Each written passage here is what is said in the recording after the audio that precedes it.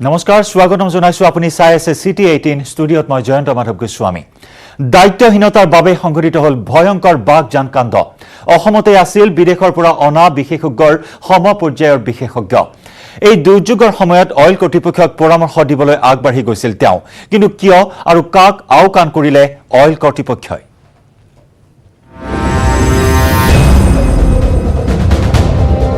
কেতিয়া নুমাব বাঘজানৰ তেল খাদৰ জুই বিশেষজ্ঞই কি কয় বাঘজানৰ ঘটনা সম্পৰ্কত জ্যেষ্ঠ বিজ্ঞানী প্ৰদীপ কুমাৰ শইকীয়াৰ গুৰুত্বপূৰ্ণ মন্তব্য দীঘলীয়া হ'ব বাঘজানৰ তৈল খাদৰ জুই প্ৰথম দিনৰ জুইৰ প্ৰাবল্য লাহে লাহে কমি আহিব অইলে যদি ব্যৱস্থা নলয় এই জুই দীৰ্ঘদিন ধৰি জ্বলিব হয়তো এবছৰলৈকে জুইটো depending only size of the reservoir এই ৰিজাৰ্ভাৰ যদি বহুত ডাঙৰ ৰিজাৰ্ভাৰ গতিকে ৰিজাৰ্ভাৰ শেষ নোহোৱালৈকেতো জুই নিজে চলি থাকিব যদি কিবা টেকনিকেল ব্যৱস্থা কৰা নহয় জুই হয়তো বছৰলৈও চলি থাকিব পাৰিব এনেকৈ এই জুই নিৰ্ভৰ কৰিব সেই ঠাইত কিমান গেছ আছে প্ৰতিদিনে কিমান কিউবিককৈ বাহিৰ হৈছে ইয়াৰ তেল গেছ তৈলখাদৰ 1 কিলোমিটাৰ বা আধা কিলোমিটাৰ তললৈ গৈ ইয়াক মেৰামতি কৰিব লাগিব ইয়াৰ কাৰিকৰী দিশটো চাই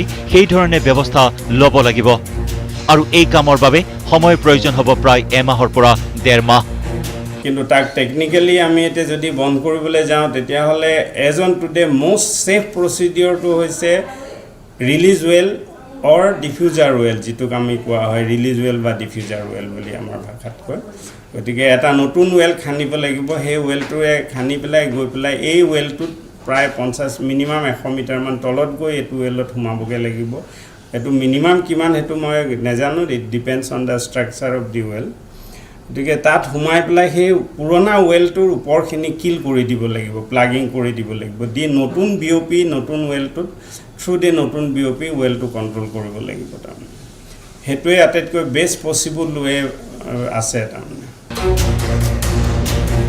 জ্যেষ্ঠ বিজ্ঞানী প্ৰদীপ কুমাৰ শইকীয়াৰ আন এক গুৰুত্বপূৰ্ণ মন্তব্য এজন বিজ্ঞানী হিচাপে তেওঁ এই জুই লাগি থকাটো বিচাৰে বুলিও মন্তব্য কৰে কাৰণ জুই লাগি থাকিলে তেল বিয়পি নপৰিব কেৱল ধোঁৱাই অলপ বায়ুমণ্ডলত ক্ষতি কৰিব তেল বিয়পি পৰিলে এই তেলে ইয়াৰ পৰিৱেশ বিনষ্ট কৰি পেলাব আৰু জ্বলিলে খাততে নিৰ্গত তেল জ্বলি যাব আৰু প্ৰাকৃতিক পৰিৱেশত বেছি ক্ষতি নকৰিব জ্বলি থকাটোৱে মোৰ কাৰণে বেষ্ট মানে আমি এজ এ টেকনিকেল এক্সপাৰ্ট আমি সাজেষ্ট কৰোঁ জুইকুৰা জ্বলি থাকিবলৈ দিব লাগে কাৰণ তেতিয়া পৰিৱেশ প্ৰদূষণটো কম মিনিমাইজ হৈ যাব আৰু তেল স্পেল হ'বলৈ নেপাব গছে পাতে এতিয়া যিটো তেল পৰিলে সেইটো বন্ধ হৈ যাব ধোঁৱাই অপকাৰ কৰিব কিন্তু ধোঁৱাৰ অপকাৰটো মিনিমাম কিন্তু তাতকৈ ডেঞ্জাৰ হৈছে তেলবিলাক যিমান দূৰলৈ পৰি গৈ থাকিব গোটেই মাটি পানী গছ গছনি জীৱকুল চব নষ্ট কৰিব কিন্তু যদি জ্বলি থাকে তেতিয়া ৱেলটোতে গোটেইখিনি জ্বলি শেষ হৈ যাব এই বায়ুমণ্ডলৰ তেলটো যি লিকুইডটো যাব নোৱাৰিব ডিব্ৰুগড়ৰ পৰা Tomas Buragohain report news 18 Assam north east আৰু এই বাঘজান অগ্নিকাণ্ডত ঘটনাত তদন্তৰ ঘোষণা ৰাজ্য চৰকাৰৰ মুখ্যমন্ত্ৰী সৰ্বানন্দ সোণোৱালে ঘোষণা কৰিলে তদন্ত ৰাজ্য চৰকাৰৰ অতিৰিক্ত মুখ্য সচিবক তদন্তৰ নিৰ্দেশ অতিৰিক্ত মুখ্য সচিব মনিন্দৰ সিঙক দিয়া হৈছে তদন্তৰ দায়িত্ব আৰু অনাগত 15 দিনৰ ভিতৰত তদন্তৰ প্ৰতিবেদন দাখিল কৰিবলৈ দিয়া হৈছে নিৰ্দেশ বাঘজানৰ ভয়ংকৰ অগ্নিকাণ্ড বাঘজানৰ বিস্ফোৰণ আৰু এই বাঘজান কাণ্ডৰ ঘটনাৰ তদন্ত ঘোষণা ৰাজ্য চৰকাৰৰ মুখ্যমন্ত্ৰী সৰ্বানন্দ সোণোৱালে ঘোষণা কৰিলে তদন্ত ৰাজ্য চৰকাৰৰ অতিৰিক্ত মুখ্য সচিব মনিন্দৰ সিঙক তদন্তৰ দায়িত্ব অৰ্পণ কৰা হৈছে 15 দিনৰ ভিতৰত তদন্তৰ প্ৰতিবেদন দাখিলৰ দিয়া হৈছে নিৰ্দেশ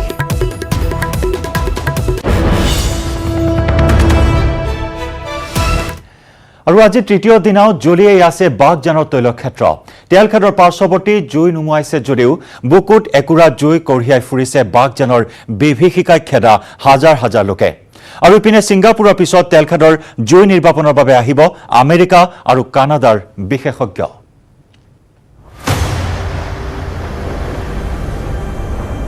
বাঘজানৰ চকুলো একুৰা বিধ্বংসী জুয়ে সাৰখাৰ কৰি নিলে এক বিস্তীৰ্ণ অঞ্চল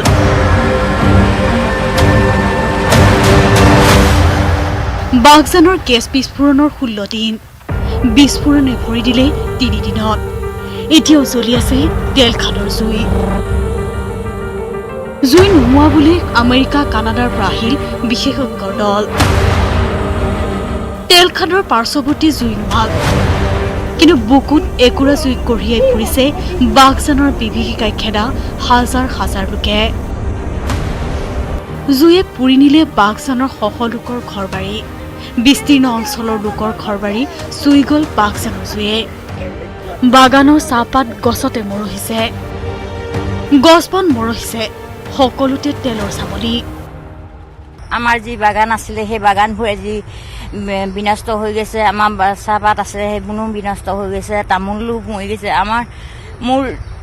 মই ক'বলৈ বুকুৰ ধক হৈ গৈছে। আজি 15টা দিন হ'ল, 15টা দিনতো আমাৰ একো পৰিকল্পনা হাতত নোলোৱা নাই। তাৰোপৰি আমি ঘৰ বাৰী এৰি শিবিৰত থাকিবলগীয়া হৈছে। দিনত মই এপাক ঘৰখন চাবলৈ আহোঁ। আজি ঘৰখন চাই এনেকুৱা বেয়া লাগে, আৰু ঘৰ ভিতৰত আমি থাকিব পৰা নাই। যি কঁপনি হৈছে সেই কঁপনিয়ে, কিন্তু আমি সেইখন ঘৰ ভৱিষ্যত আশা কৰিব নোৱাৰোঁ। সৰ্বশান্ত বাঘজানবাসীৰ এতিয়া হাহাকাৰ। চৰকাৰে ঘোষণা কৰা 30,000 টকা সাহায্য তেওঁলোকৰ বাবে পৰিহাস মাথো। ইমান সম্পত্তিবোৰ গুচি গৈছে, কমেও আমাৰ 20-30 বছৰ কাৰণে আমি এই মাটিখিনি আমাৰ জৈৱ সকলো শেষ হৈ গৈছে। সেয়ে আমি সন্তুষ্টও নহয়। আমাৰ 20 বছৰ ক্ষতিপূৰণ আমাক দিব লাগিব। বাঘজানত জুইৰ বাবে ঘৰে বাৰীয়ে হেৰুওৱা লোকৰ হিচাপত ক্ষতি কোটিৰো অধিক। ইমান কোটি কোটি টকা আমাৰ লোকচান হৈছে। আমাৰ এই বাগানৰ ওপৰতে আমি তামোল বাৰীৰ ওপৰতে আমি ঘৰ চলাইছোঁ, ল'ৰা ছোৱালী পঢ়াইছোঁ। এতিয়া গোটেই সম্পত্তি আমাৰ বিনষ্ট হৈ গৈছে। সেই সম্পত্তি আমাৰ চৰকাৰ আৰু মই অইল ইণ্ডিয়া লিমিটেডক অতি সোনকালে আমাক এইবোৰ ক্ষতিপূৰণ দিবৰ বাবে আহ্বান জনাওঁ। কিমানখিনি ক্ষতি হৈছে আপোনাৰ? কমে আমাৰ কোটি টকাৰ ক্ষতি হৈছে। বাঘজানৰ বিস্ফোৰণক কোনো কাৰণতে সহজভাৱে ল'ব পৰা নাই বাঘজানবাসীয়ে। যিকোনো মুহূৰ্ততে পৰিস্থিতি অৱনতি ঘটাৰ আশংকাত বাঘজানত নিয়োগ কৰা হৈছে আৰক্ষী নিৰাপত্তা বাহিনী। তেলখাদৰ জুই নিৰ্বাপনৰ বাবে দুলীয়াজানৰ পৰা বিশেষ বাহনেৰে অনা হৈছে যন্ত্ৰপাতি। আছে অগ্নি নিৰ্বাপক বাহিনীৰ 16খনকৈ বাহন, কিন্তু অগ্নি নিৰ্বাপনৰ কামত আগবাঢ়িব পৰা নাই অইল কৰ্তৃপক্ষ।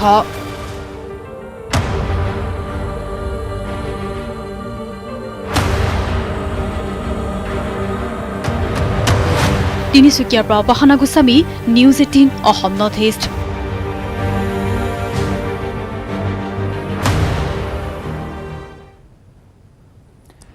দুখন ঘৰৰ শোকাকুল পৰিৱেশৰ মাজতে ৰাজ্যিক মৰ্যাদাৰে শেষকৃত্য কৰা হ'ল দুৰ্লভ গগৈ আৰু তীখেশ্বৰ গোহাঁই। আনহাতে এই অবাঞ্ছিত দুৰ্ঘটনাৰ বাবে এতিয়া শোকত ভাগি পৰিছে পৰিয়ালৰ সদস্যসকলৰ লগতে দুয়োৰে বন্ধুবৰ্গ।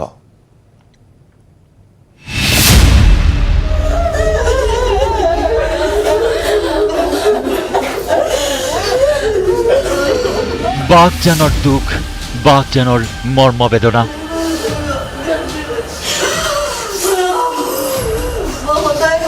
বাঘজানৰ ট্ৰেজেডি।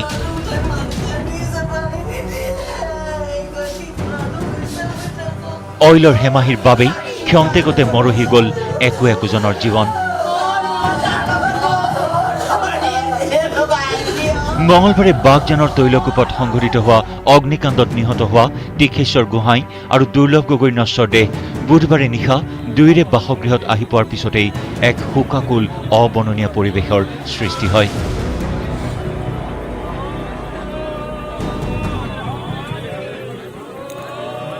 প্ৰথমে দুয়োগৰাকীৰ নশ্বৰ দেহ লৈ যোৱা হয় অইলৰ শ্ৰমিক কাৰ্যালয়লৈ আৰু তাতেই শেষ শ্ৰদ্ধাঞ্জলি জ্ঞাপন কৰা হয়।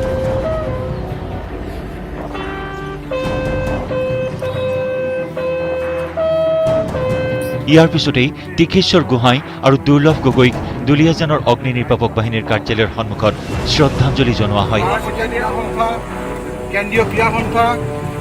দুৰ্লভ গগৈৰ মৃতদেহ পোনে পোনে লৈ অনা হয় নামৰূপলৈ।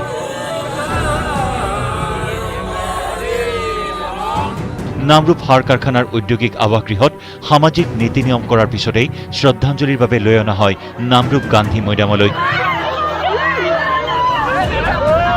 তাতেই দুৰ্লভলৈ জনোৱা হয় শেষ শ্ৰদ্ধাঞ্জলি।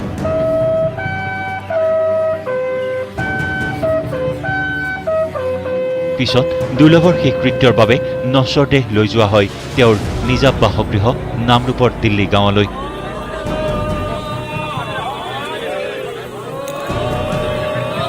এক শোকাকুল পৰিৱেশৰ মাজেৰে ৰাজ্যিক মৰ্যাদাৰে সম্পন্ন হ'ল শেষকৃত্য। Bureau report, news 18 Assam north east.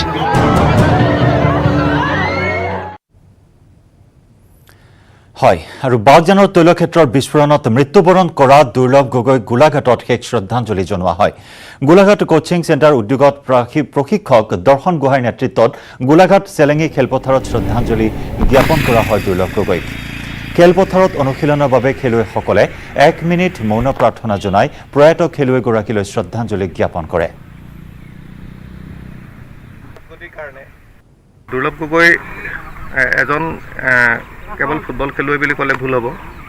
তেওঁ অতি উৎসাহী যুৱক আছিল। সকলো ক্ষেত্ৰত তেওঁ আগবঢ়া এজন আমি যি হিচাপে পাইছিলোঁ। প্ৰতিটো ক্ষেত্ৰতে খেলাই হওক বা কৃষ্টি সংস্কৃতি কালচাৰেল দিশ গোটেইকেইটাতে তেওঁ আগবঢ়োৱা আছিল। প্ৰথম অৱস্থাত তেওঁ ফৰৱাৰ্ড খেলুৱৈ হিচাপে আছিল যদিও পিছত তেওঁ আমি কিছুমান গুণ দেখা পাই গ'লকিপাৰ গ'লকিপাৰ প্ৰেক্টিছ কৰাইছিলোঁ।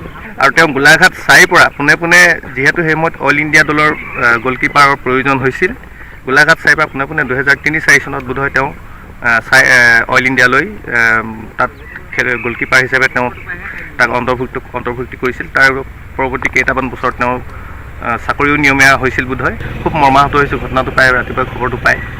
আমি সকলোৱে এতিয়া গোলাঘাট কোচিং চেণ্টাৰৰ সকলো সদস্যই মিলি তেওঁৰ স্বৰ্গীয় আত্মাৰ সদ্গতিৰ কাৰণে আমি 1 মিনিট মৌন প্ৰাৰ্থনা কৰিছোঁ। আশা কৰোঁ তেওঁ য'তে থাকক চিৰস্থায়ী শান্তি লাভ কৰক।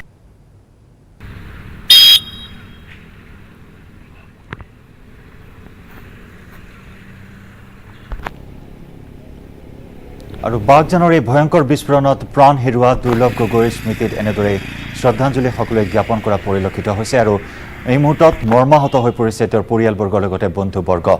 অতি ভয়ংকৰ এই কাণ্ড সংঘটিত হৈছে বাগজানত, কিয়নো সুৰক্ষামূলকভাৱে কোনো ব্যৱস্থা গ্ৰহণ কৰা হোৱা নাছিল। এনে কেতবোৰ অভিযোগ উত্থাপিত হয় অইল কৰ্তৃপক্ষৰ বিৰুদ্ধে। আজি তৃতীয় দিনাও অব্যাহত আছে এই বিধ্বংসী জুইৰ প্ৰকোপ। বৰ্তমানে বিভীষিকা আঁতৰা নাই বাগজানৰ পৰা। আমি জনাইছোঁ বাগজানত ক্ষতিগ্ৰস্ত হৈছে প্ৰায় 7,000ৰো অধিক লোক। তেলখাদৰ অগ্নিকাণ্ডৰ ফলত বহু গছ-গছনি জ্বলি চাৰখাৰ হৈছে। জুইৰ তাপত মৰহিবলৈ ধৰিছে চাহ বাগিচা, তামোলৰ বাৰী।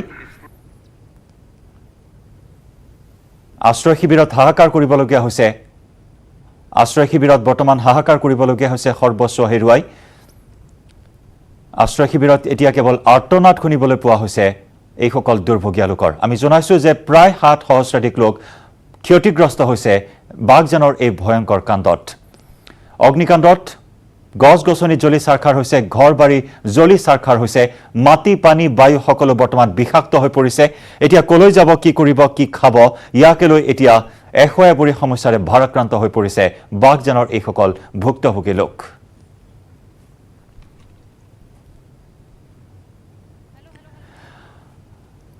আৰু বাগজানৰ বৰ্তমানৰ ছবিখন কেনেকুৱা, আশ্ৰয় শিবিৰত থকা লোকসকলৰ কেনেদৰে বৰ্তমান সময় পাৰ কৰিছে, সকলো বিষয়ে মুঠত জানিবলৈ আমি চেষ্টা কৰিম।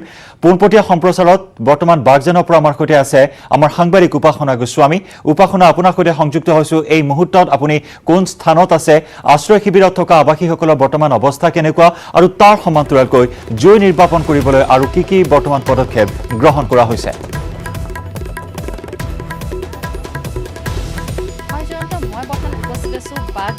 বাগজানৰ কৰ্দৈগুৰি মই উপস্থিত আছোঁ। কৰ্দৈগুৰি এখন বিদ্যালয়ত যিহেতু পুৱাৰ ভাগৰ পৰাই আমি সম্প্ৰচাৰ বাতৰি কৰি আহিছিলোঁ যে তৈলখাটৰ যি অৱস্থা বৰ্তমান দেখাই আহিছিলোঁ আমি যে এক ভয়াৱহ পৰিস্থিতিৰ সৃষ্টি হৈছে, কিয়নো জুই নুমুৱাবৰ কাৰণে সক্ষম হোৱা নাই, তাত কোনো ধৰণৰ ব্যৱস্থা নাই। কিন্তু আজিৰ পৰাই তেওঁলোকে যিসমূহ যাৱতীয় বস্তু, যিসমূহ তেওঁলোকৰ সামগ্ৰী যি দৰকাৰ জুই নিৰ্বাপন কৰিবলৈ, সেয়া বস্তু তেওঁলোকে দুলীয়াজানৰ পৰা লৈ আহি আছে। আৰু এক্সপাৰ্টসমূহৰ কথা আমি পুৱাৰ ভাগত জানিব বিচাৰিছিলোঁ। তেওঁলোকে যদিও তৈল ক্ষেত্ৰত গৈ উপস্থিত হোৱা নাই, কিয়নো তাতে যিসমূহ ফায়াৰ ব্ৰিগেড যি দৰকাৰ, যি অগ্নি নিৰ্বাপক বাহিনীৰ যি বাহন তাত উপস্থিত আছে আৰু তাত ৰখা হৈছে, কিয়নো পানী বহুত পৰিমাণৰ দৰকাৰ হ'ব তাৰ বাবে, যাতে কোনো ধৰণৰ অঘটন যাতে সৃষ্টি নহয় তাৰে এক ব্যৱস্থা তেওঁলোকে ৰাখিছে। তাৰ লগতে যিহেতু চন্দ্ৰমোহন পাটোৱাৰী মন্ত্ৰী ডাঙৰীয়াই কালি যিহেতু ক'লে যে আৰু 25-26 দিনৰ এটা সময়সীমা তেওঁলোকে লাগিব, আৰু এক্সপাৰ্টসমূহে ইতিমধ্যে জানিবলৈ দিছে। আৰু পুৱাৰ ভাগত যিহেতু সংবাদমেল এখন আয়োজন কৰা হৈছিলে এইটো বিষয় লৈ পিনে, তাৰপিছত এক হাহাকাৰ সৃষ্টি সৃষ্টি হয় আৰু যি কৰ্দৈগুৰি যি উচ্চ মাধ্যমিক যি বিদ্যালয় আছে তাত যিহেতু যোৱাকালি চন্দ্ৰমোহন পাটোৱাৰীয়ে মন্ত্ৰী ডাঙৰীয়া আহি উপস্থিত হৈছিলে মন্ত্ৰী ডাঙৰীয়া উপস্থিত হোৱাৰ পিছত তেওঁ যিটো মন্তব্য কৰিছিলে যে আৰু 25 দিনমান লাগিব তাৰ পিছতে ৰাইজৰ মাজত এক হাহাকাৰ সৃষ্টি হয় আৰু পুৱাৰ ভাগত তেওঁলোকে এক প্ৰতিবাদ কৰিবলৈ ৰাইজ নামি আহে কিন্তু তেওঁলোকে কোনো ধৰণৰ আৰু কষ্ট সহ্য কৰিব নোৱাৰে ইমান দিনে তেওঁলোকে যুঁজি আছে ক'ব লাগিব যি আজি বাগজানৰ যি ঘটনা সংঘটিত হৈছে তেওঁলোকে ঘৰ বাৰী হেৰুৱাইছে তেওঁলোকে ক'ব লাগিব যে যি তেওঁলোকৰ জন্তু জানোৱাৰ আছে তেওঁলোকে সেইটোৰ কাৰণে তেওঁলোকে হাবাথৰি খাইছে যি কষ্টৰে তেওঁলোকে পালন কৰিছিলে যাৰ বাবে সকলো হেৰুৱাই পেলাইছে ৰাইজ আৰু ইতিমধ্যে মোৰ লগত উপস্থিত আছে কেইগৰাকীমান ৰাইজ তেওঁলোকৰ পৰা জানিব বিচাৰিম যে আশ্ৰয় শিবিৰত তেওঁলোকে কেনেধৰণে ব্যৱস্থা আছে যিহেতু তেওঁলোকে নিজৰ আপোন ঘৰখন এৰি থৈ আহিছে বাইদেউ যেহেতু আপোনালোকে আজি ক'ব লাগিব 16টা দিন পাৰ কৰিছে আশ্ৰয় শিবিৰত আপোনালোকৰ ইয়াতে কেনেধৰণৰ ব্যৱস্থা দিয়া হৈছে ইয়াত এতিয়ালৈকে আমি আঁঠুৱা নাই আৰু এইফালে বাথৰুম নাই এইফালে লেট্ৰিন নাই আমাৰ ইমান কষ্ট হৈছে খোৱা কষ্ট হৈছে ইফালে বৰষুণ দিলে মানে খাব নোৱাৰি ৰ'দ দিলে বা যন্ত্ৰণ খাব পাৰি এজোপা গছৰ তলত খাবলগীয়া হৈছে লেট্ৰিনৰ ওচৰত ভাত বনাবলগীয়া হৈছে আমাৰ প্ৰথম শিবিৰটোত থাকিলোঁ আমি থাকি আৰু আকৌ ইফালে কৰ্দৈগুৰি উচ্চ মাধ্যমিক বিদ্যালয়লৈ আহিবলগীয়া হ'ল লৈ ঢাপৰি আৰু জ্বৰ কাপোৰ কানি ততে এৰি থৈ আহিলোঁ এতিয়া আমাৰ নিজৰ ভেটি মাটি এতিয়া একেবাৰে শেষে হৈ গ'ল আমাক এতিয়ালৈকে আমাৰ অসম চৰকাৰে এতিয়ালৈকে আমাৰ ওচৰলৈ অহা নাই আৰু স্বাস্থ্যমন্ত্ৰীয়ে অহা নাই সদায় স্বাস্থ্যমন্ত্ৰীয়ে স্বাস্থ্যৰ কথা কৈ থাকে আমাৰ স্বাস্থ্য কেনেকুৱা হৈছে কেনেকুৱা অৱস্থাত আমি আতংকিত হৈ পৰিবলগীয়া হৈছে ইমান ভাগৰুৱা হৈ পৰিবলগীয়া হৈছে আমাৰ নিজৰ মাটি ভেটি থাকোঁতে আমি ভিক্ষাৰী হৈ কুকুৰ নিচিনা আমাৰ ফুৰিবলগীয়া হৈছে আমাৰ ইঠাইৰ পৰা সিঠাইলৈ যেনেকৈ উৰণীয়া চৰাইৰ আগতে আমি উৰি উৰি ফুৰিবলগীয়া হৈছে কিয় ইমান আমাক আতংকিত কৰিছে আমাৰ ঘৰ দুৱাৰ আমাৰ জ্বলি চাই খাই হৈ গৈছে সিহঁতে কিয় এতিয়ালৈকে আমাৰ ওচৰত এবাৰ চাব খোজোঁ যে কেনেকুৱা আমাৰ অসম মুখ্যমন্ত্ৰী আৰু স্বাস্থ্যমন্ত্ৰী আমি চকুৰ আগত আমি চাবলৈ খোজোঁ হয় হয় ইতিমধ্যে আমাৰ লগত বৰ্তমান ক'ব লাগিব যে আছুৰ সাধাৰণ সম্পাদক লুইনজ্যোতি গগৈ তেখেত উপস্থিত আছে আমি তেখেতৰ পৰা কিছু কথা জানিব বিচাৰিম যিহেতু তেওঁলোকে আশ্ৰয় শিবিৰত যি লোকসকলৰ অৱস্থা কেনেধৰণৰ স্থিতি তেখেত জানিবৰ বাবে আহিছে দাদা ক'ব লাগিব যে জানে যিটো পৰিস্থিতি হৈছে আৰু কৈছে আৰু এমাহমান লাগিব এই জুই নিৰ্বাপন কৰিবলৈ তাৰ বিষয়ে আপোনাৰ মন্তব্য আমি জানিব বিচাৰিম এই মুহূৰ্তত বিশেষ কিবা কথা কোৱাৰ মই ভাবোঁ যে কোনো যুক্তিযুক্ততাই নাইকিয়া হৈ গ'ল মানে এনেকুৱা এটা পৰিৱেশ হ'ল এইটো এটা চূড়ান্ত হেমাহি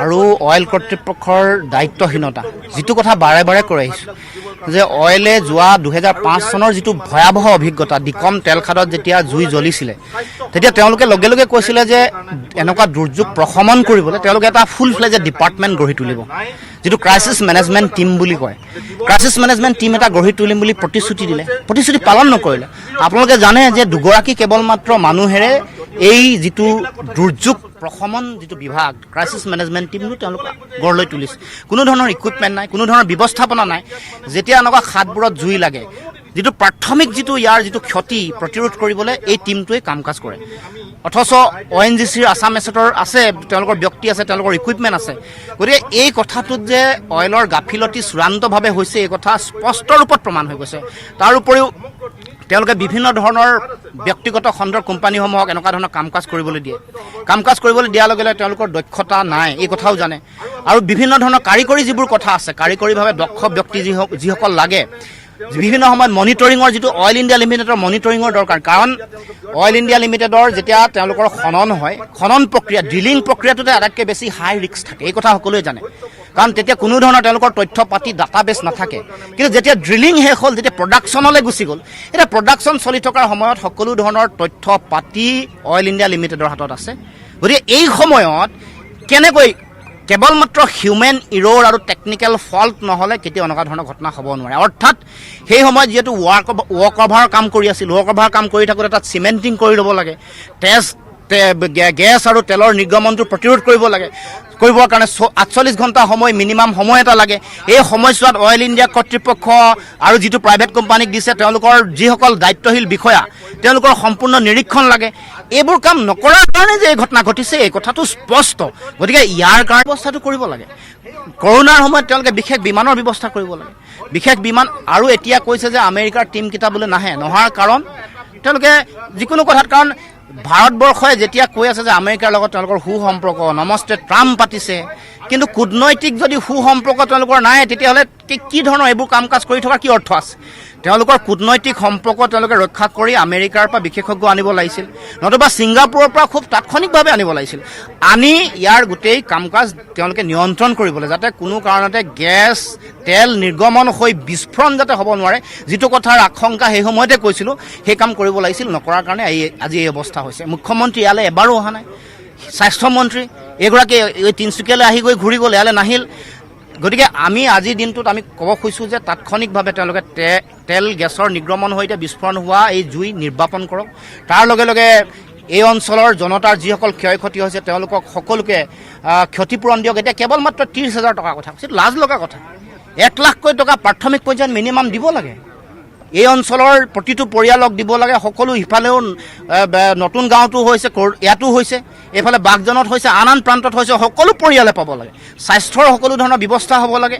গতিকে এই গোটেই কাম কাজ যাতে তেওঁলোকে কৰে, তাৰ কাৰণে আমি দাবী জনাইছোঁ। আৰু তাৰ লগে লগে অইল ইণ্ডিয়াই যিসকল কৰ্মকৰ্তাই কাম কাজ কৰি আছে তেওঁলোকৰো ছেফটি আৰু ছিকিউৰিটি অতি ইম্পৰ্টেণ্ট। এতিয়া দুগৰাকী মানুহ মৰি গ'ল, বহুতৰ মাজত এইটো আলোচনা হৈছে যে তেওঁলোকৰ ন্যূনতম যিবোৰ থাকিব লাগে, কাম কৰা অৱস্থাত যিবোৰ প্ৰতিৰোধী ব্যৱস্থা থাকিব লাগে, নথকাৰ কাৰণে এই ধৰণৰ ঘটনা ঘটিলে বুলি মানুহৰ মাজত আলোচনা হৈছে। গতিকে এই কথা বতৰাবোৰ সেইকাৰণে চালি জাৰি চাই তাৎক্ষণিকভাৱে অগ্নি নিৰ্বাপন আৰু ৰাইজক সাহায্য দিয়াৰ কাৰণে আৰু তেওঁলোকৰ আত্মসংস্থাপনৰ ব্যৱস্থা কৰিবৰ কাৰণেও আমি দাবী জনাইছোঁ।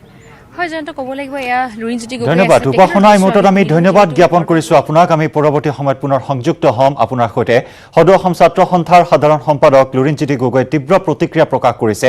সুৰক্ষামূলক ব্যৱস্থা কিয় গ্ৰহণ কৰা নহ'ল, তাৎক্ষণিকভাৱে বিশেষজ্ঞক আনি এই জুই নিৰ্বাপন, এই সমস্যাৰ সমাধান কিয় কৰা নহ'ল, আৰু মাত্ৰ 30,000 টকাৰ সাহায্য কিয় দিয়া হ'ল, এনে বহু প্ৰশ্ন উত্থাপন কৰিছে। আৰু তাৰ সমান্তৰালকৈ স্বাস্থ্যমন্ত্ৰী মুখ্যমন্ত্ৰী যোৱা নাই এই মুহূৰ্তলৈকে ঘটনাস্থলী পৰ্যবেক্ষণ পৰিদৰ্শন কৰিবলৈ, তাকে লৈ প্ৰতিক্ৰিয়া প্ৰকাশ কৰিছে লুৰিণজ্যোতি গগৈয়ে।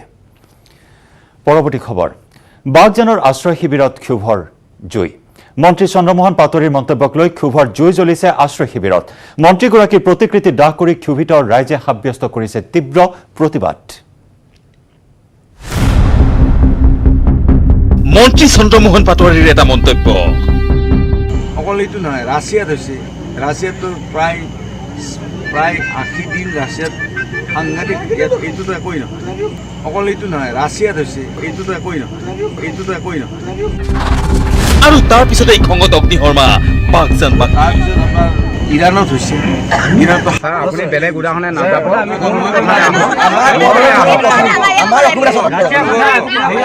ৰাছিয়া চৰকাৰে লোকক যিজনে ক্ষতিপূৰণ দিব পাৰে, ভাৰত চৰকাৰে দিব নোৱাৰে, এইটো জানো। ভাৰত চৰকাৰে ইমান সামৰ্থ্য নাই, কিন্তু আপোনালোকে কোনজনে ক্ষতিগ্ৰস্ত লোকক আশ্বস্ত কৰক ৰাইজক। জ্বলি আছে বাগজানৰ জুই। মুখ্যমন্ত্ৰীৰ নিৰ্দেশত অগ্নিকুণ্ড বাগজানৰ পৰিস্থিতিৰ বুজ ল'বলৈ উপস্থিত হৈছিল মন্ত্ৰী চন্দ্ৰমোহন পাটোৱাৰী। বাগজানৰ তৈলখাদৰ জুইয়ে গৃহহাৰা কৰিলে হাজাৰ হাজাৰ লোকক। সপোনৰ ঘৰ ঘাম পেলাই কৰা শস্যৰ পথাৰ সকলো এতিয়া চাই। বাগজানবাসীক আশ্বস্ত কৰি এইসকল দুৰ্ভগীয়া লোকৰ বুকু হাত পেলাবলৈ ৰাজ্য চৰকাৰে পঠিয়াইছিল মন্ত্ৰী চন্দ্ৰমোহন পাটোৱাৰী।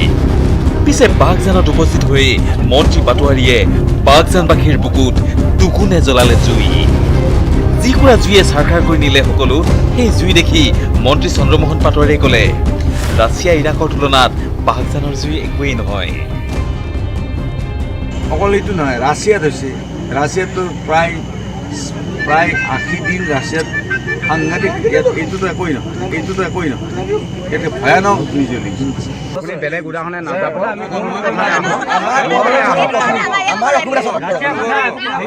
ৰাছিয়া চৰকাৰে লোকক যিজনে ক্ষতিপূৰণ দিব পাৰে, ভাৰত চৰকাৰে দিব নোৱাৰে, এইটো জানো।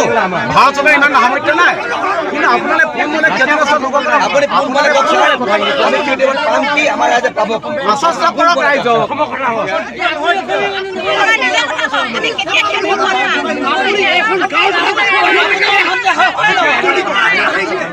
আপোনাৰ দায়িত্বশীল মন্ত্ৰীয়ে আহি যোগেন মহন ডাঙৰীয়াই বাগজানত আহি ইয়াত মাছ কাছ যি মৰিছে অইল ইণ্ডিয়া তেলৰ কাৰণে মৰা নাই বুলি এনেকুৱা কাণ্ডজ্ঞানহীন ৰাইজৰ আগত এটা কথা বিপৰীত মানে হেৰিয়ৰ কি কয় মিডিয়াৰ আগত এটা কথা কৈ হেৰি কৰি যিটো মানে এটা বিতৰ্কমূলক মন্তব্য হেৰি কৰি গৈছে আপুনিও ঠিক এই মন্তব্যৰ পিছতেই ক্ষোভত জাঙুৰ খাই উঠিল বাগজানবাসী।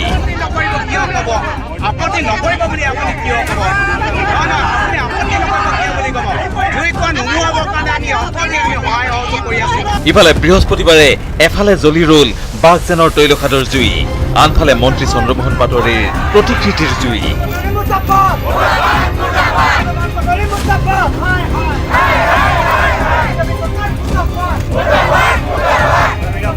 ৰূপাই চাহ বাগিচা বিদ্যালয়ৰ ৰাষ্ট্ৰ শিবিৰকে ধৰি বিভিন্ন ঠাইত জ্বলিল মন্ত্ৰী চন্দ্ৰমোহন পাটোৱাৰীৰ প্ৰতিকৃতি।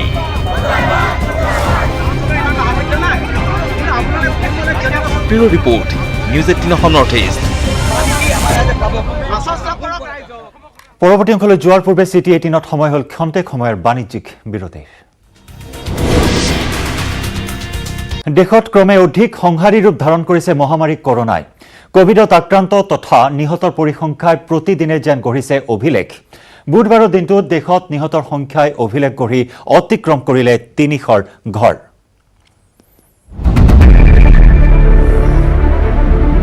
ভাৰতত ক্ৰমে অধিক সংহাৰী ৰূপ ধাৰণ কৰিছে মহামাৰী কৰোনাই। কোভিড আক্ৰান্ত তথা নিহতৰ পৰিসংখ্যাই প্ৰতিদিনে যেন গঢ়িছে অভিলেখ। বুধবাৰৰ দিনটোত দেশত নিহতৰ সংখ্যাই অভিলেখ গঢ়ি অতিক্ৰম কৰিলে 300ৰ ঘৰ। 24 ঘণ্টাত নিহতৰ পৰিসংখ্যা 357 গৰাকী। এই সংখ্যাৰে কোভিড আক্ৰান্ত হৈ মৃত্যু হোৱা লোকৰ সংখ্যাই অতিক্ৰম কৰিলে 8,000ৰ ঘৰ। একেটা দিনতে 9,996 গৰাকীলৈ কোভিড সংক্ৰমণ ঘটি সৃষ্টি হ'ল পৰিসংখ্যাৰ আন এক অভিলেখ। এই গতিত ভাৰতে শীঘ্ৰে স্পেইন আৰু ব্ৰিটেইনক অতিক্ৰম কৰি মুঠ সংক্ৰমণ ঘটা লোকৰ সংখ্যাৰে বিশ্বৰ ভিতৰতে চতুৰ্থ দেশ হিচাপে চিহ্নিত হ'ব। একে সময়তে দেশৰ বাবে আছে এক সুখবৰ। প্ৰথমবাৰৰ বাবে কোভিড সংক্ৰমিত হৈ থকা ব্যক্তিতকৈ বৃদ্ধি পালে কোভিড সংক্ৰমিত হৈ আৰোগ্য লাভ কৰা লোকৰ সংখ্যা। বুধবাৰৰ দিনটোত দেশত মুঠ 2,76,583 গৰাকী সংক্ৰমিত ব্যক্তি। আৰোগ্য লাভ কৰা ব্যক্তিৰ সংখ্যা 1,35,205ৰ বিপৰীতে এতিয়াও দেশত কোভিড-19ৰ অৱস্থিতি থকা লোকৰ সংখ্যা 1,33,632 গৰাকী। কোভিড-19 সংক্ৰমণ ঘটিছে CRPFৰ মুখ্য চিকিৎসা বিষয়াৰ দেহলৈ। ওখলাৰ এখন ব্যক্তিগত হাস্পতালত ভৰ্তি কৰোৱা হৈছে অৰ্ধসামৰিক বাহিনীটোৰ CMO গৰাকী। বৰ্তমানলৈ CRPFৰ মুঠ 544 গৰাকী বিষয়া জোৱানলৈ সংক্ৰমিত হৈছে কোভিড-19। মৃত্যু হৈছে 4জনৰ। মহাৰাষ্ট্ৰ, ৰাজস্থান, দিল্লী, অসম, বিহাৰ আদি ৰাজ্যত প্ৰতি মুহূৰ্তত বৃদ্ধি পাইছে কোভিড সংক্ৰমিত ব্যক্তিৰ সংখ্যা। News desk report, news 18 Assam north east. খবৰধাৰা অব্যাহত থাকিব। চিটি 18ত পুনৰ লৈছো ক্ষন্তেক সময়ৰ বাবে বাণিজ্যিক বিৰতি।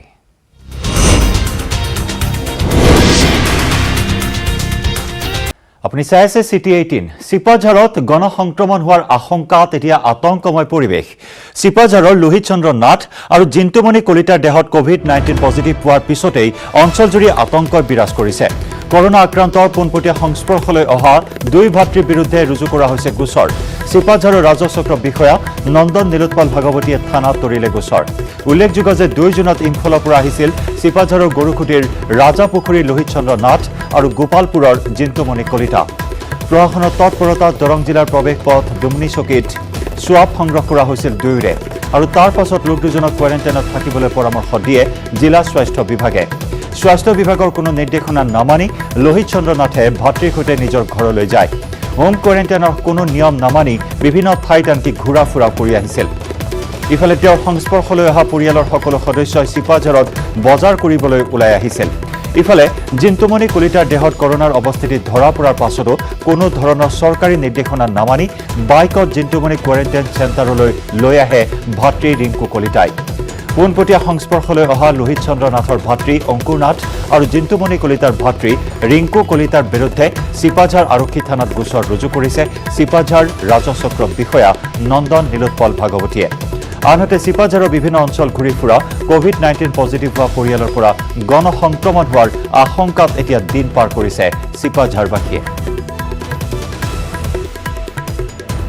দুজন ব্যক্তি আপোনাৰ BSFত কৰ্মৰত হৈ আছে। তেওঁলোক ফ্লাইটেৰে আহি পেলাই আমাৰ ডুমুন চিকি স্ক্ৰিনিং এণ্ড সোৱাব কালেকশ্যন চেণ্টাৰ তাত সোমাই তাতে নিজৰ সোৱাব চেম্পল দি পেলাই তেওঁলোকক ফেচিলিটি কোৱাৰেণ্টাইনলৈকে এডভাইচ কৰা হৈছিলে।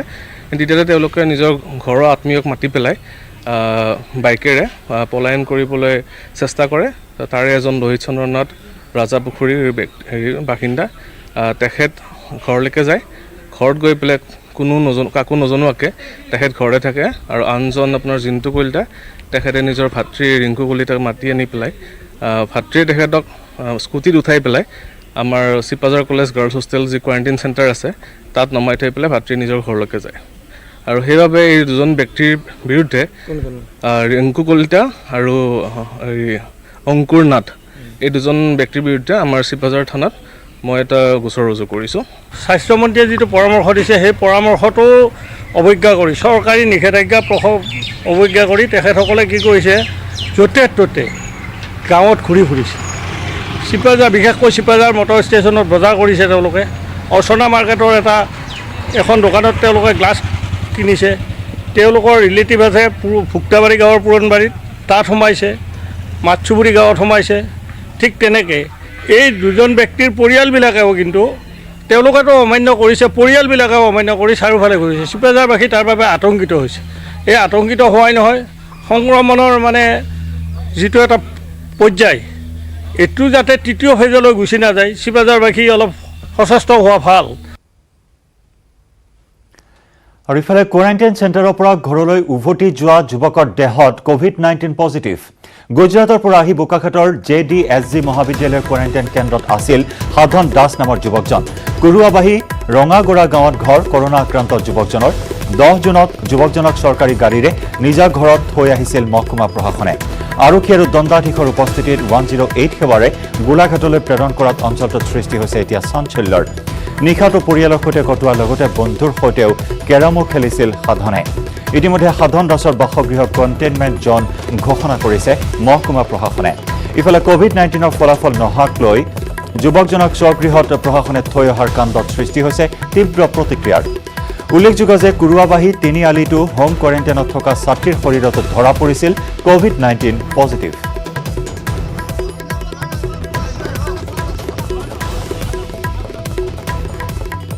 বৰ্তমান কৰোনা পজিটিভ হৈ তেখেতক প্ৰশাসনিক বিষয়াই যিজনক লৈ গৈছে সেই মানুহজনক সময়সীমা পূৰ্ণ নহওঁতে কিয় ৰিলিজ দিব লাগে?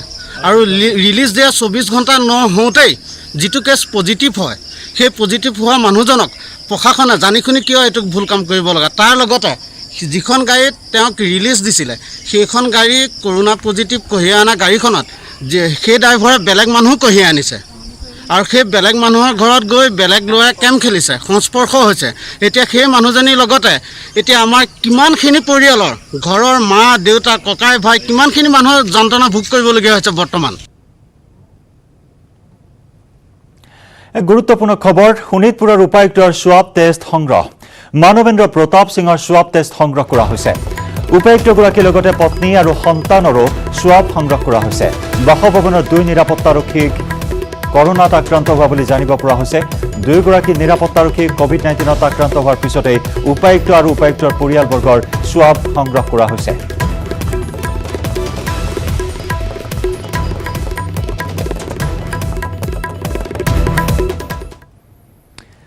কোভিড-19ত আক্ৰান্ত 4ৰ্থ অসম আৰক্ষী বেটেলিয়নৰ এজন জোৱান। এই জোৱানজনৰ নাম হৈছে অনিল চন্দ্ৰ ৰয়। মহানগৰীৰ বিভিন্ন ঠাইত কৰ্মৰত আছিল এই জোৱানজন। মালিগাঁওস্থিত নেতাজী বিদ্যাপীঠৰ অস্থায়ী শিবিৰত আছিল জোৱানজনৰ লগত শিবিৰত আছিল 70ৰ পৰা 80 জনকৈ জোৱান। বিগত 10 দিনৰ পৰা জ্বৰত আক্ৰান্ত হৈ আছিল অনিল চন্দ্ৰ ৰয় নামৰ এই জোৱানজন। কোভিড-19ত আক্ৰান্ত হৈছে 4ৰ্থ অসম আৰক্ষী বেটেলিয়নৰ এই জোৱানজনৰ নাম হৈছে অনিল চন্দ্ৰ ৰয়। মহানগৰীৰ বিভিন্ন ঠাইত কৰ্মৰত আছিল এই জোৱানজন। মালিগাঁওস্থিত নেতাজী বিদ্যাপীঠৰ অস্থায়ী শিবিৰত আছিল জোৱানজন। জোৱানজনৰ লগত শিবিৰটোত আছিল 70ৰ পৰা 80 জনকৈ জোৱান। বিগত 10 দিনৰ পৰা জ্বৰত আক্ৰান্ত হৈ আছিল অনিল চন্দ্ৰ ৰয়।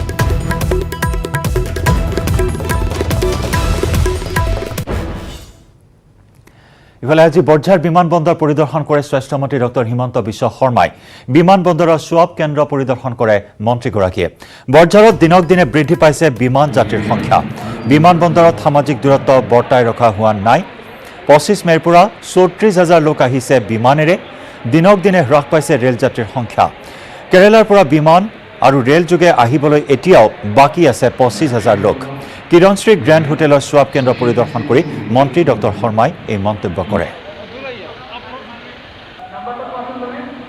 প্ৰথম অৱস্থাত 800 মানুহ আহিছিলে, তাৰপিছত 1200লৈকে বাঢ়িলে। বৰ্তমান 2022 এই পৰ্যায় গৈ পাইছিল। অৱশ্যে গুৱাহাটী মহানগৰীত অহা লোকৰ সংখ্যা কমিছে, কিন্তু তেজপুৰ, হোজাই এই দুয়োটা জিলাৰ, শোণিতপুৰ আৰু হোজাই জিলাৰ লোক যথেষ্ট বাঢ়িছে। 24-25খন ফ্লাইট আহি আছে। এতিয়ালৈকে আমি মোটামুটি মেনেজমেণ্ট কৰি থাকিব পাৰিছোঁ, কিন্তু যদি 3000 পেছেঞ্জাৰ হৈ যায় আমাৰ কাৰণে অসুবিধা হ'ব।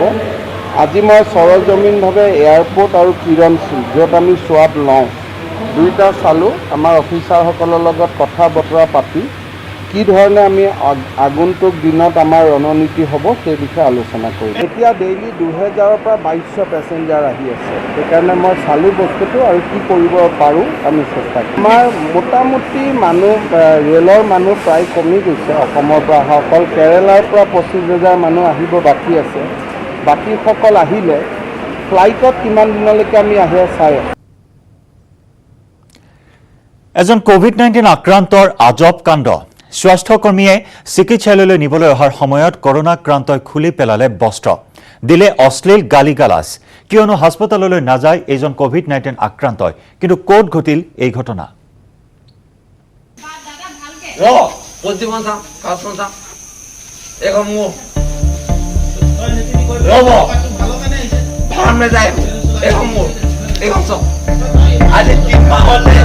কোভিড-19 পজিটিভ,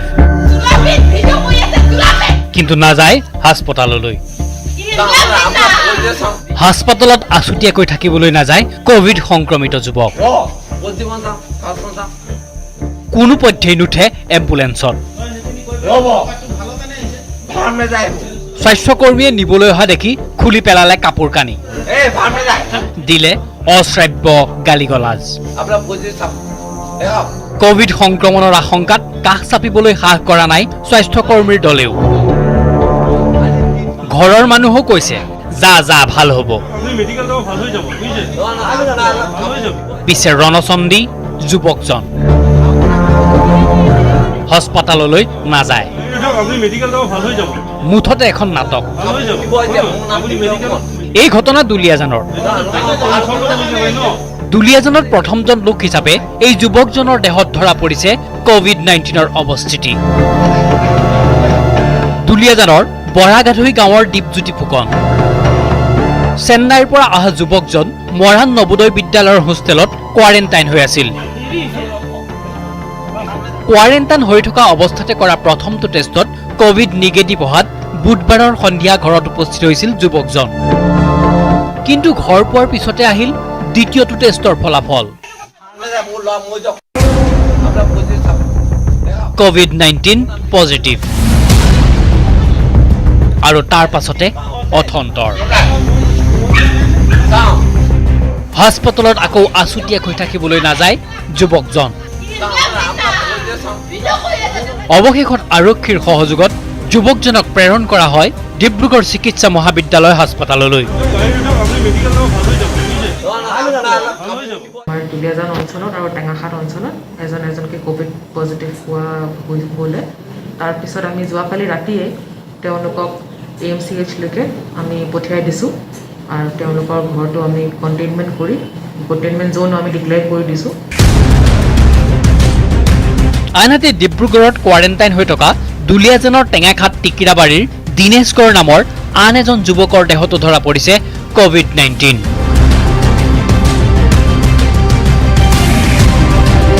নাহৰকটীয়াৰ পৰা Utpal Chaliha, news 18 Assam north east.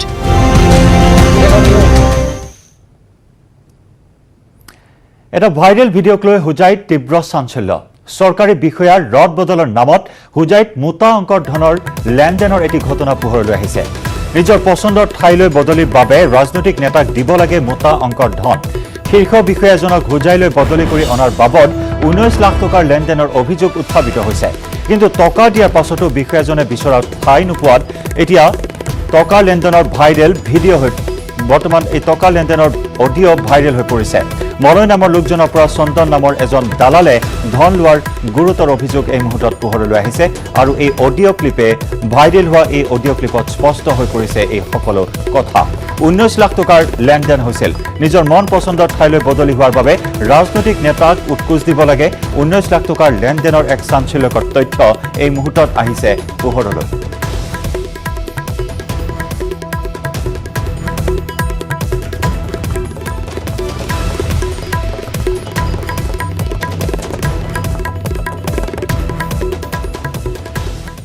Hello ওই বাইদু আমার ফোন করছে কথা বুঝছো আজকে আমার ফোন করে কয় কি হল মলয় না মই আহিম আমি কিন্তু পাছত কিন্তু ওপৰত যাম আমি ডাইরেক্ট যেটো মানুহ তাত কথা পাতিছে এইটো মানুহ তাত আমি যাম তুমি চন্দনৰ লগত পুৰা ক্লিয়াৰ হৈ পেলাই কথাটো পাতি লোৱা কি কৰিব তেখেতে পইচা দিব না কি কৰিবলৈ বিচাৰে এতিয়া আমি ঘৰৰ পৰা ওলাব নোৱাৰো এনেকুৱা কথা হৈছে এইটো ৰাইজৰ মানুহ ৰাইজে আমাৰ ঘৰত আহি মানে চিউৰি আছে কয় যে আমি কিন্তু ওপৰত যাম কিন্তু আমাৰ আছোতো চেনেল না এনেকুৱা নকৰিব কিবা এটা চন্দন কিবা এটা ব্যৱস্থা কৰিব আপুনি কয় নহ'লে মই আহিম লাষ্ট আহিম একদম মানে ৰাইজ লৈ পেলাই আহিম অসৎ বেয়া পৰি তুমি না তুমি ইনভলভত আছা তুমি পয়সা তেলে মারিছা আমার এত দুঃখ লাগছে যখন আমি এই কথাটা শুনছি আর কি কথা বুঝছস না নাই ভাই এটা আপনি কি কিরা কাটিব লাগে মোর মা মরিছে মোর মা এতেলে করে মরিবলৈ পড়তে মই কিরা কাটি পেলাই আপোনাক ক'ব পাৰিম মই তাৰপৰা এক টকা মই একো কৰা নাই আমি তো কৈছি ই খোৱা নাই কিন্তু কয় তেতিয়াহ'লে পইচা গ'ল ক'ত তেখেতে কেলে আমাক কৈ নিদিয়ে কাক পইচা দিছে ইমান টকা 1-2 টকা নেকি যে 1-2 টকা আমার ঘৰত মানুহবিলাক আহে ছাৰক হেৰেজমেণ্ট দিয়ে তাৰপিছত নাহিলে মই আহিম আজকে বিৰাট আমাৰ মানে চুন্দি গৰম কৰি কথা কৈছে আমি শনিবাৰ নহ'লে দেওবাৰৰ পিছত আকৌ আহিম কিন্তু পিছত তোমালোকে বেয়া নাপাবা তুই একদম চিৰিয়াছলি তাত ক কৈছে আপুনি কেইটা দিন ৱেইট কৰক আপোনাৰ ব্যৱস্থা কৰি আছে এটা মাহ ৱেইট কৰক 1 মাহৰ ভিতৰত কিবা ৱেইট ৰেডি কৰি আছে 1 মাস না দেখ দাদা আমি 1 মাসে ওয়েট করবো আমি কমু কিন্তু পড়তে দাদা আমার ইজ্জত করাস না দাদা এপ্ৰিলৰ এমনি কবি এপ্ৰিলৰ 20 তাৰিখৰ পাছত কিবা এটা ব্যৱস্থা হৈ যাব এপ্ৰিলৰ 20 তাৰিখৰ ভিতৰত ঠিক আছে আমি কৈ দিম ঠিক আছে তাৰে কৈ দি এপ্ৰিলৰ 20 তাৰিখৰ পাছত কিবা এটা ব্যৱস্থা হ'ব আপুনি অকল ৱেইট কৰক ঠিক আছে সেইখিনি মই আপোনাক আশ্বাস দিছো 20 তাৰিখৰ পাছত কিবা এটা হ'ব লাগি আছে ওলাই যোৱা ধান ই কৰি আছে 20 তাৰিখৰ পাছত এটা ব্যৱস্থা আপোনাৰ নামটো 19 লাখ টকা লেনদেনটো আপোনাৰ লগত হৈছিলে হয় অডিঅ'টো আপোনাৰ কাৰ লগত হৈছিলে এই চন্দনৰ লগত কি কাৰণে হৈছিলে এইটো আমাৰ মানে বিজনেছ পাৰ্পছত তেখেতৰ পৰা মই কেতিয়াবা লৈ থাকোঁ কেতিয়াবা লেনদেন আৰু বিজনেছ পাৰ্পছত হয় কোনোবা অফিচাৰক অনাৰ কাৰণে দিয়া হৈছিলে নাই এইটো নহয় মানে কেইমাহ আগত লেনদেন হৈছিলে এইটো 5-6 মাহ আগত লেনদেন হৈছিলে এতিয়া কিমান টকা ঘূৰাই দিলে মোটামুটি ধৰক 5 লাখ টকামান দিছিলে আৰু তাত বাকী আছে আৰু লাহে ধীৰে দিব বুলি কৈছে হয় নেকি কি কাৰণে দিছিলে মানে কি বিজনেছ এই আমি বিজনেছ মানে কিবা কিবি আৰু ঝাৰু চাৰু কৰি থাকোঁ আৰু তেখেতে দি পেলাই হয় নেকি অফিচাৰক অনাৰ কাৰণে দিয়া নাছিলে নাই এতিয়া যিহেতু অডিঅ'টো ভাইৰেল হৈছে অডিঅ'টো আপুনি হয়তো শুনিছে কি কথা হৈছিলে কথাটো হৈছিলে কিন্তু মানুহবিলাকৰ পৰা মূলতো টকা নহয় এইবিলাক চব মানুহৰ টকা মই কাৰোবাৰ পৰা লেনদেনবিলাক কৰিছিলোঁ এতিয়া টকাটো দিছিলোঁ এতিয়া ফচি গ'লোঁ বিজনেছ পাৰ্পছৰ কাৰণে এতিয়া লাহে লাহে দিব বুলি কৈছে 5 লাখ টকাটো কিমান দিন আগত দিলে এই ধৰক 10-12 দিন আগত দিছে 5 লাখ টকা ঘূৰাই দিলে বাকী টকাটো কি কৰিম বুলি কৈছে লাহে লাহে ঘূৰাই দিব বুলি কৈছে হয় নেকি কিবা অফিচাৰক অনাৰ মানে নহয় মানে টকা নাই ইতিমধ্যে আমি জনাইছো যে চিপাঝাৰত গণসংক্ৰমণ হোৱাৰ আশংকা চিপাঝাৰৰ লোহিত চন্দ্ৰ নাথ আৰু জিন্তুমণি কলিতা নামৰ দুজন লোকৰ দেহত কোভিড-19 পজিটিভ হোৱাৰ পিছতে এতিয়া সৃষ্টি হৈছে এই আতংকৰ কিয়নো কৰোনা আক্ৰান্তৰ পোনপটীয়া সংস্পৰ্শলৈ অহা এই দুই ভাতৃৰ বিৰুদ্ধে ৰুজু কৰা হৈছে গোচৰ আৰু এই গোচৰ ৰুজু কৰিলে চিপাঝাৰৰ ৰাজহ চক্ৰ বিষয়াই চিপাঝাৰত গণসংক্ৰমণ হোৱাৰ আশংকাত বিৰাজ কৰিছে আতংক চিপাঝাৰৰ লোহিত চন্দ্ৰ নাথ আৰু জিন্তুমণি কলিতা কোভিড-19 পজিটিভ হোৱাৰ পিছতেই আতংক বিয়পিছে অঞ্চলটোত কোভিড-19ৰ চিকাৰ হোৱা এই লোহিত চন্দ্ৰ নাথ আৰু জিন্তুমণি কলিতাৰ সংস্পৰ্শলৈ অহা দুই ভাতৃৰ বিৰুদ্ধে চিপাঝাৰৰ ৰাজহ চক্ৰ বিষয়াই চিপাঝাৰ থানাত তৰিলে গোচৰ চিপাঝাৰ গৰুখুটিৰ ৰাজাপুখুৰীৰ লোহিত চন্দ্ৰ নাথ আৰু গোপালপুৰৰ জিন্তুমণি কলিতা কোভিড-19 পজিটিভ হোৱাৰ পিছতেই অঞ্চলটোত বিয়পি পৰিছে আশংকা যোৱা 2 জুনত ইম্ফলৰ পৰা আহিছিল এই দুই কোভিড-19 পজিটিভ ব্যক্তি প্ৰশাসনৰ তৎপৰতাত দৰং জিলাৰ প্ৰৱেশপথ দুমুনি চকীত নমুনা সংগ্ৰহ কৰাৰ পিছতে কোৱাৰেণ্টাইন হোৱাৰ পৰামৰ্শ দিয়ে জিলা স্বাস্থ্য বিভাগে পিছে স্বাস্থ্য বিভাগৰ কোনো নিৰ্দেশনা নামানি দুইজনে পলায়ন কৰে ঘৰলৈ ইয়াৰ পিছতে চিপাঝাৰৰ ৰাজাপুখুৰীৰ লোহিত চন্দ্ৰ নাথে নিজৰ ভাতৃৰ লগত ঘৰলৈ যোৱাৰ লগতে অঞ্চলটোৰ বিভিন্ন ঠাইত বিচৰণ কৰি আন বহুজনৰ বাবে কঢ়িয়াই নিয়ে সংক্ৰমণৰ আশংকা তেওঁলোকক ফেচিলিটি কোৱাৰেণ্টাইনলৈকে এডভাইচ কৰা হৈছিলে তেতিয়ালৈ তেওঁলোকে নিজৰ ঘৰৰ আত্মীয়ক মাতি পেলাই বাইকেৰে পলায়ন কৰিবলৈ চেষ্টা কৰে তাৰে এজন লোহিত চন্দ্ৰ নাথ ৰাজাপুখুৰীৰ বাসিন্দা তেখেত ঘৰলৈকে যায় ঘৰত গৈ পেলাই কাকো নজনোৱাকৈ তেখেত ঘৰতে থাকে অনুৰূপ কাৰ্য সংঘটিত কৰে চিপাঝাৰ গোপালপুৰৰ জিন্তুমণি কলিতায়ো লোহিত চন্দ্ৰ নাথৰ দৰে জিন্তুমণি কলিতাকো নিজৰ ভাতৃয়ে বাইকত উঠাই চিপাঝাৰ কলেজৰ কোৱাৰেণ্টাইন চেণ্টাৰলৈ লৈ যায় আৰু তাৰ পিছত আন বিভিন্ন ঠাইত বিচৰণ কৰে এই কোভিড আক্ৰান্ত জিন্তুমণি কলিতাই 6 জুনত লোহিত চন্দ্ৰ নাথ আৰু জিন্তুমণি কলিতা এই দুয়োৰে দেহত কোভিড-19 ভাইৰাছ পোৱাৰ পিছতেই এতিয়া অঞ্চলটোত বিয়পি পৰিছে আতংক মঙলদৈৰ পৰা Nabajyoti Mahanta news 18 Assam north east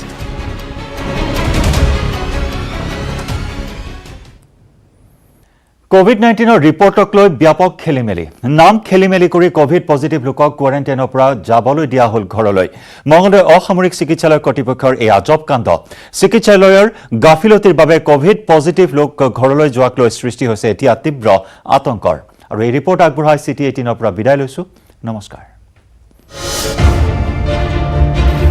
Mangaldai অসামৰিক চিকিৎসালয়ৰ কাণ্ড কোভিড-19 নিগেটিভৰ ঠাইত কোভিড-19 পজিটিভ হকচুটি সুস্থ হামিদ আলীৰ ঠাইত সক্ৰিয় কৰোনা ৰোগী হানিফ আলী পালেগৈ ঘৰ বুধবাৰে নিশা মঙলদৈ অসামৰিক চিকিৎসালয়ৰ পৰা ৰিলিজ কৰা হৈছিল 14গৰাকী কোভিডত আৰোগ্য লাভ কৰা ব্যক্তি এই 14গৰাকী আৰোগ্য লাভ কৰা ৰোগীৰ ভিতৰত আছিল হামিদ আলী নামৰ লোকজন কিন্তু হামিদ আলীৰ ঠাইত ঘৰ পালেগৈ দলগাঁও হিয়ালমাৰীৰ হানিফ আলী চিকিৎসালয়ৰ মাৰাত্মক ভুলৰ বাবেই ঘটিল এই মহা খেলিমেলি পজিটিভ ৰোগীজনক ৰিলিজ কৰি দিয়াৰ পিছতেই হাহাকাৰ পৰিস্থিতিৰ সৃষ্টি হ'ল মঙলদৈ